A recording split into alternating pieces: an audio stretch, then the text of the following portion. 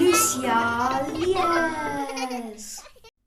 Hallo liewe lesertjie, vandag lees ons 'n boekterstorie Ek haat die winter, geskryf en vertaal deur Christine Potgieter met illustrasies deur Linda Anish en ontwerp deur Sabelo Shabangu. Kom lees saam. Op 'n yskoue wintersoggend word Tembeka wakker en wens vir die somerson. Tyd om aan te trek, Tembeka, sê pappa. Ek haat dit om koud te kry, grom Tembeka. Wanneer gaan dit weer warm wees, pappa? Wanneer die lente kom. Maar ek wil plakkies dra, sodat ek my tone kan wikkel, kla Tembeka terwyl sy haar reënstewels aantrek.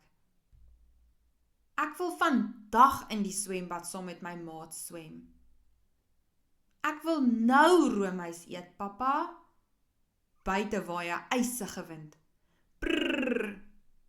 Ek wil op my fiets ry, sê Tembeka bibberend. Vies vou Tembeka haar arms oor mekaar. Ek haat die winter. 'n Rukkie later kom hulle by ouma se huis aan. Tembeka kry steeds koud en is knorrig.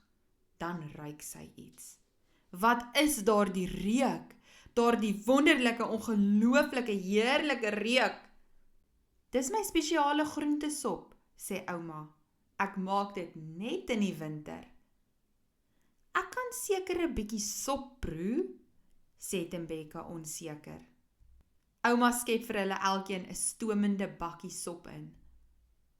Oupa en pappa hou Tembeka fyn dop toe sy die sop wil proe. Wat sal sy daarvan dink?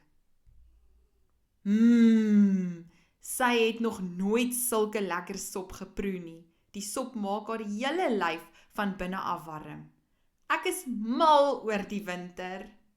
Fluit, die storie is uit. Maatjies, hierdie storie leer ons dat elke seisoen sy eie spesiale pret het. Ons moet dit net gaan ontdek. As jy van die storie gehou het, druk die duimpie, deel hom met jou maats en volg ons vir nog lekker stories. Sien jou volgende keer saam met Lucia lees.